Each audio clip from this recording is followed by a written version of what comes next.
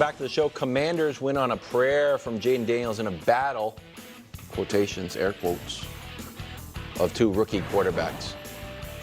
Lots going wrong here, including Tyreek Stevenson more interested in the fans than the ball until he gets too interested in the ball and tips it to Noah Brown. That ends the game. Now, after the game, he took to Twitter and said to Chicago and teammates, my apologies, lack of awareness and focus. Game's not over till zeros.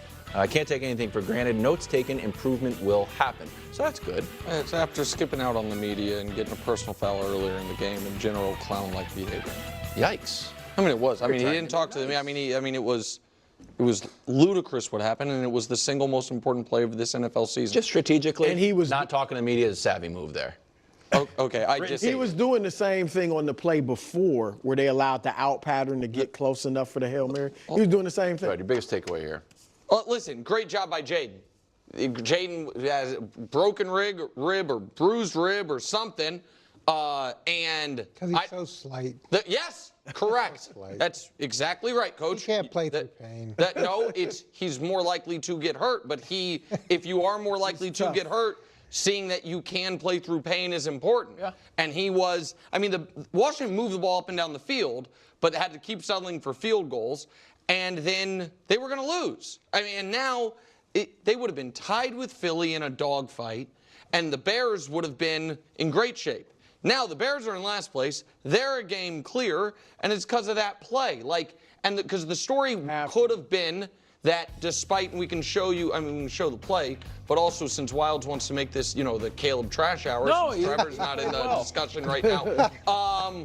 He played very, very poorly and nervous for the bulk of this game, and then the final two drives was excellent. Yeah. One drive, they should have taken the lead, but they were like, hey, let's hand the ball off to our backup center. I wanted. And then the next drive, they did score, and that would have been the story. And it would have been a real Rookie of the Year race, even though the stats would have been different because of what happened. But instead, they lose an unforgivable loss, just an unforgivable loss. Jayden deserves a ton of credit. It's pretty great that they play the whole game, huh? Yeah. not just those drives where he has bad. Yeah, well, I think that's pretty good the way that works out. And the thing that's been so good about Jayden Daniels, is similar to C.J. Stroud, is he's changed the whole complexion of the organization. Yep.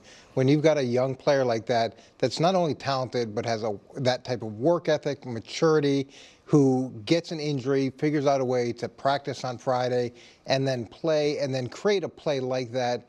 It's really transformative for an organization, just like we saw it transform Houston last year with CJ. And Caleb is in the process of trying to do the same thing in Chicago.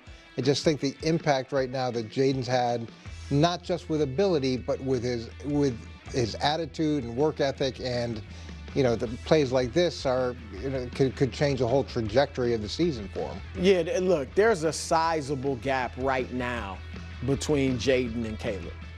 Right now. I mean, we'll see if it continues because Caleb had been playing well. But yesterday, for the most part, he had about 34 yards prior to the variant. Yeah, through the first three quarters. Jayden hasn't had a bad game yet. A bad game. He hasn't always played great, but he has yet to have a bad game. There's something special about him. And that play, I would just say for Tyreek Stevenson, to me, this should be a lesson for a lot of players. Guys celebrate way too much. All right, I get celebrating the touchdown. I don't even mind the defensive, running down the other side of the end zone and celebrating, even though that's getting a little tired. But these dudes are celebrating. Trouble. Must win. Must win. Must win.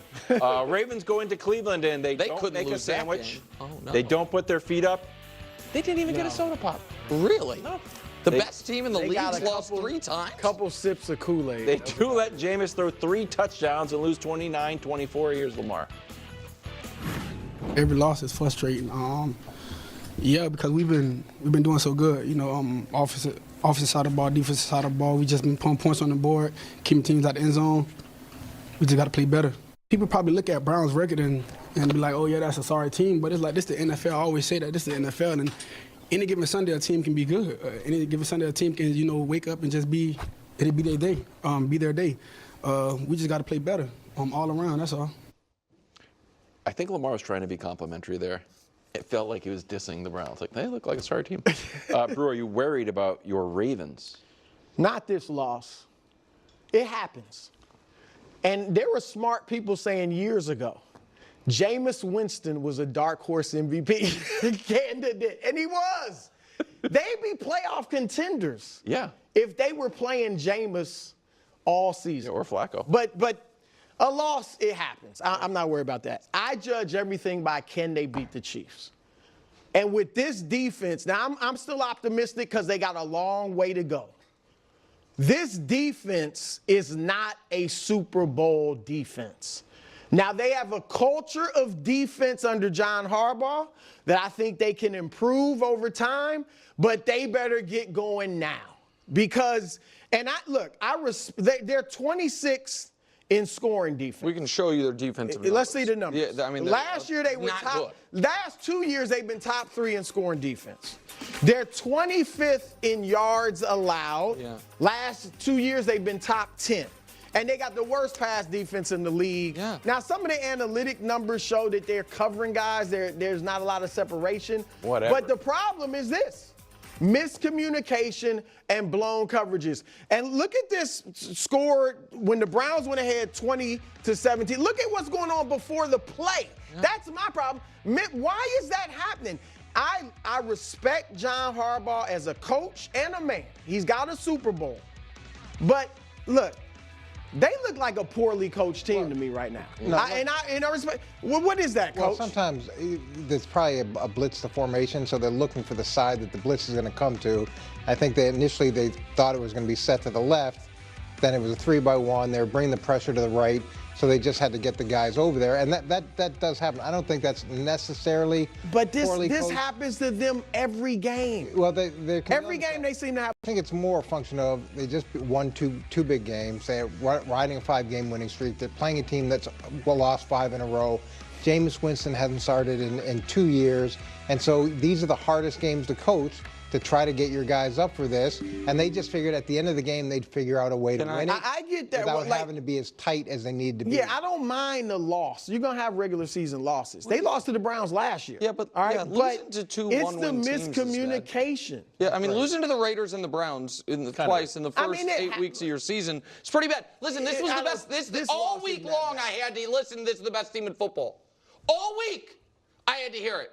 I had to hear how the defense is coming on and the offense is unstoppable. DPs. The offense has 2 MVPs. Well, and then, they have in two this MVP game, candidates. this is what happens when the Ravens lose. People are like, man, why Derrick Henry only get 11 carries? Yeah. But the reason is because all week long, everyone was singing Lamar's song about how his league MVP's never played better. Yeah, we got to get more than 11 carries. Okay, well, but so it's, sure. Saw this. Guys, the Baltimore Ravens in the year 2024 have played 11 games. They've lost 5 of them. The Baltimore Ravens, it's just facts. Calendar year? Okay, so, yeah, that was fine. This year, they've played 8 games. They've lost 3 of them. If you barely win more than half your games, you're not a juggernaut. And the Ravens have been discussed like a juggernaut. They're not. What are they? They're a good team.